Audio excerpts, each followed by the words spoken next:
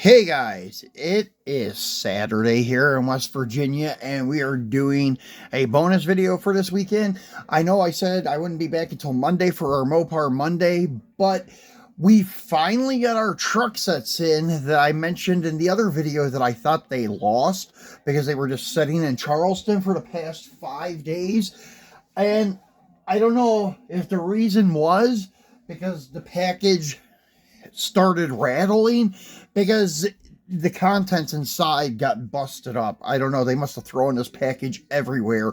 The box itself was not crushed, but the trucks inside were busted all to pieces. It's the typical M2 quality. That's the problem. Usually the dualies are very, very good and well constructed, except for these slammed single cabs.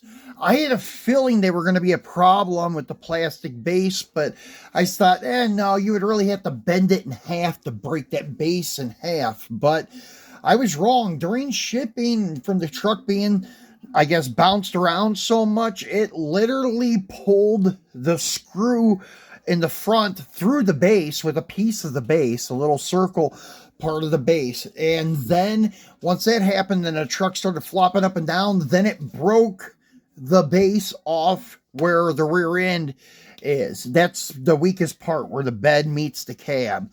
And then it just started flopping around in the package. I had two sets, both of them got broken. Both of the single cab dualies were trashed when they got here. And they had even broken the wings off the crew cabs and the hitches and such. But I was able to fix the single cabs, luckily. And the seller was nice about it, and he ended up giving me a 50% refund because 50% was wrong. So, but anyways, this is the set.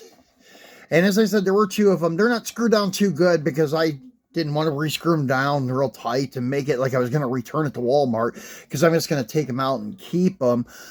For the most part, what I bought these sets for were base donors, because of the fact, like, there's another set that was a release, maybe the last release or the one before, where it has a red crew cab and a gold and white single cab, and they're both on regular two-wheel drive chassis, and I'm going to swap the bases with them. I wanted to have that gold and white two-tone slammed on a single cab for the single cab, and then the red quad cab slammed on the ground. And then I was going to take the Coke bodies and put on the two-wheel drive chassis and probably sell them. Then the second set I got was also going to be a donor for the crew cab for another one that I had ordered. And then the single cab, I was just going to probably remove the tampos and keep it. But I don't know now. I may try to get a different truck and end up putting the single cab base under it. But anyways, that's what these sets would be good for. But the tampos do come off nicely. I can actually show you both of them that I did. This is the white one without tampos, which looks very, very nice, actually. It's that all white behemoth of a truck. Then it even looks bigger when it's white, so it looks pretty cool. Now this one, actually, if you get the tampos off of it, and the reason this one I was like, I don't know if I'm going to keep, because it has a scratch on the side. That's from where they broke and the bodies are flopping around, pieces are flying everywhere. But what happened is it broke right here at that line. It didn't necessarily break right there. It broke right here where the rear end is joined to the chassis, and it's very thin there. There's a very small weak point there. And then the front, I don't know how it did it, but it busted a circular place out of the base and pulled the screw all the way through. The screw and a little tiny piece of the base from the inside up was still attached to the body when it got here, and then the rear wheels were still attached. So it's kind of funny. You had the front part of the base of the wheels screwed down secure, and then the body flopping around with just the rear wheels attached to it. But yeah, this color, it actually looks pretty good. As I said, in some light, it looks like eggshell blue, like a powder blue. And then, I don't know, some people would say like a dirty white or something. But yeah, after I have it in hand, though, I'm going more with eggshell blue. Because it's definitely not white, and it's definitely not like a dirty like white or something like that. It looks more of like an eggshell blue. And I thought they were both going to be white when they got here because being Coke.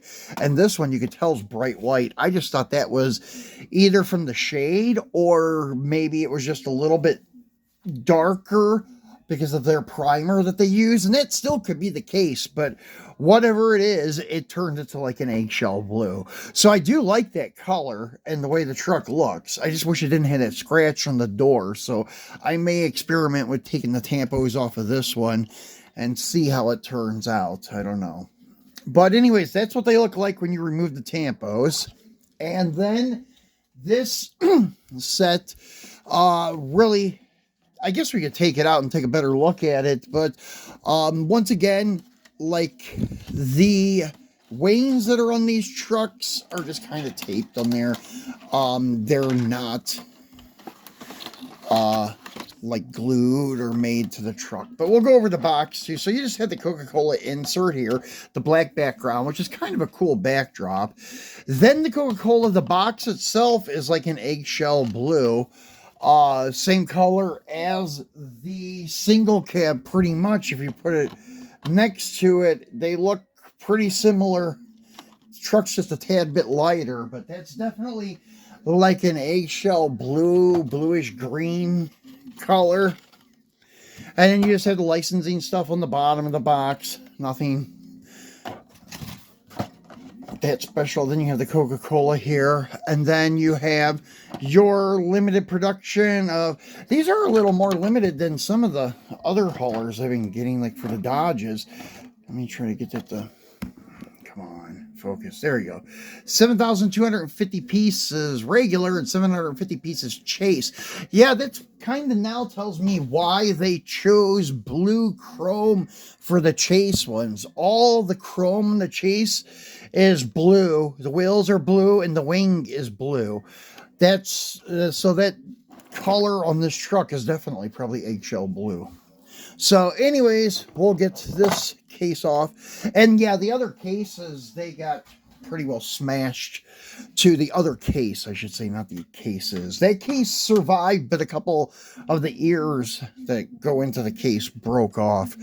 So it's unfortunate, but yeah, it was crazy. I never seen a set do that before. I've seen single cars do that before, but never have I seen one of the auto hauler sets of the trucks where the truck is actually broken apart. But it's because of those cheap plastic bases they're using. They need to change this to metal. I'm going to send them pictures of it on IG, but they don't give a shit. Their customer retention and their customer service on IG is pretty much garbage. And they don't want to do anything. They just lay it on the store. They don't want to take up for it or anything like that, even if it's a special event car, show car, or something that's very hard to come across. They still won't try to do anything about it. They just tell you to take it up at the store. But this is manufacturing flaw. I'm really surprised that more people haven't posted that this has happened with their trucks on the way to like Walmart. So I'm sure there's going to be some, because that's usually where I see the busted stuff, is at Walmart. But as I said, it's usually a single cubes, and it has like, I don't know, the cars usually have a plastic base, or some other reason they didn't put the screws in and the body just falls off, because the metal bases usually don't break. And if anything, if it's going to break off, it's going to rip the base apart. The truck itself will not break. But those plastic bases are pretty cheap, and they're not well constructed. I mean, the design of them didn't make it to where it would be rigid. It's got a lot of weak points in it, but I'm really surprised about the front part of it ripping off, like the front screw ripping through the base. That I didn't see coming, but the part of the truck breaking in the back near the rear end, that I was actually predicting was going to happen one day, if not to me, to someone else, but I predicted the trucks are going to snap in half because of these plastic bases. I don't know why they did that with this truck, because this is one they're selling as like on the premium line. It never goes to the basic driver sets or some cheap like second run. Even if they were trying to do like a cheaper second car in the set, like usually with the auto haulers, they will put a driver series car with sealed hood and plastic base and such. Okay, if that was the case, all right, maybe I could overlook it. But even the single package trucks and the single cubes, they have plastic bases. So yeah, it's not what we pay for. We pay for metal on metal with rubber tires, opening parts for their premium line, but now they're giving us stuff with plastic bases. Even the Grand National is like that. All of them are plastic bases. So I look for him to keep doing that, cutting cost and such. If anything, they could probably try to package it better, or at least make the chassis, especially on this guy, more rigid in areas if they're going to leave it plastic. Just my 2 cents. But guys, that's it. That's your Coke set. The way it comes from the box. And this is your Coke set if you decide to remove the tampos. So thanks for watching, guys. And I will see you again on Monday for Mopar Monday.